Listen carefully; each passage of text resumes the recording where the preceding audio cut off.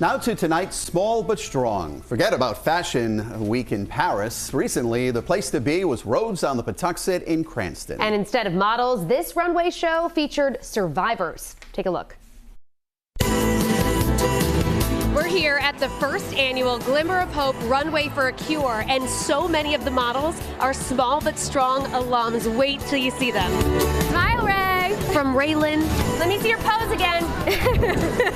To Aspen. Can you make a big muscle for me? Yeah! To Amelia. Nice smile, Julia. And Julia. It was a small but strong reunion of sorts. So then I go where Erica was? At the Glimmer of Hope Foundation's first ever Runway for a Cure.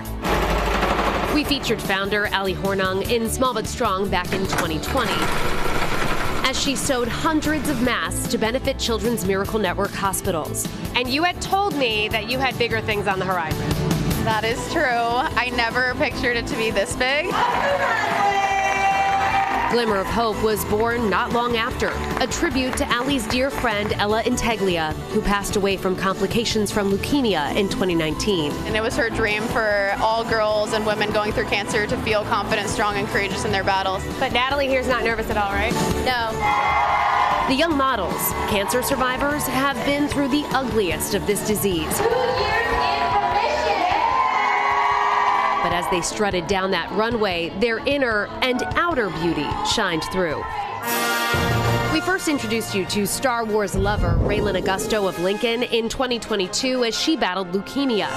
After 6 months of treatment and a stem cell transplant, Rebel Ray has been in remission for over a year and a half. Aspen Peck of Cranston was just 1 when she was diagnosed with acute myeloid leukemia and given a 20% chance of survival. She's now been in remission for 2 years. Amelia Bernard was battling acute lymphoblastic leukemia when you met her in 2023. Now her smile is contagious, having just rang the bell on her final chemo treatment in March.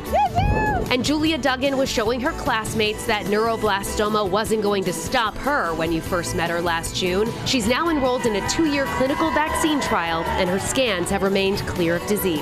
And let's take it all the way back to Alex Wilson. But a 3-time cancer survivor. Our very first Small But Strong.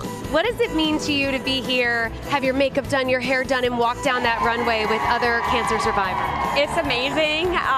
This is everything that I wanted when I was going through cancer in 2017. Alex not only beat cancer 3 times, she continues to beat the odds, graduating from college and recently welcoming a son, even though she was told she'd never be able to have children. We're so proud of you. You are the epitome of Small But Strong, darling.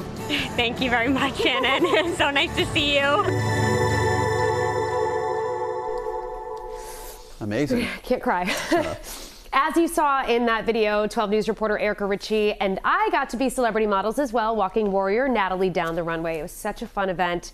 And to see if any of those Small But Strongs that we featured, you can head to WPRI.com. But we don't always get to tell you how they're doing. We tell you when they're sick. So to be able to see them just thriving, it was the best. And you know, when their parents are going through that with their kids, they never expect they're going to be on the runway with hundreds of people watching. A lot of smiles, a lot of cheers. It was such a fun night. Great story, Shannon.